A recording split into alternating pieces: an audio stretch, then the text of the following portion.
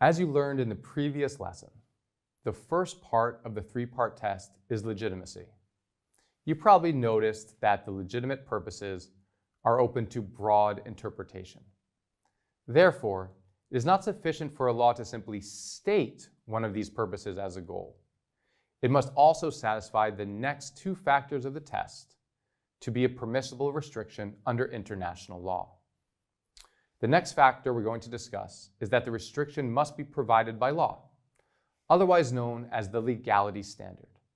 To meet the legality standard, the restriction must be written into law and must be written with enough precision to enable individuals to understand what is expected, how to regulate their behavior, and under what circumstances they will be punished.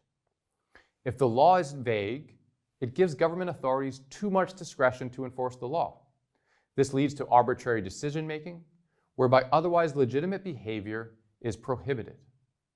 In the context of expression and privacy, it might also cause people to self-censor or change their behavior due to fear that they could be arbitrarily targeted by the government.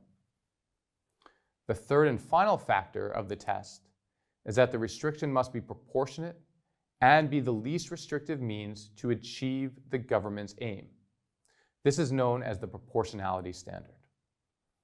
Laws that are broad and that attempt to restrict a wide range of behavior are generally not considered necessary because they are not narrowly tailored to prevent the alleged harm. For example, would you use a large axe to chop a clove of garlic? No, probably not.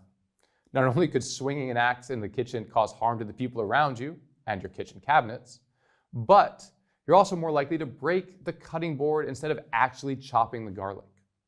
The tool, the axe, is not a proportionate means to achieve your aim, chopping garlic. In the next chapter of this course, we will review specific laws that impact digital rights and explain how to describe the problematic provisions in your reporting and written adequacy. Before moving on to the next chapter, I'd like you to think of 3 reasons why it might be valuable to know and understand the 3-part test for your adequacy efforts. How could it help you be a more effective defender for internet freedoms?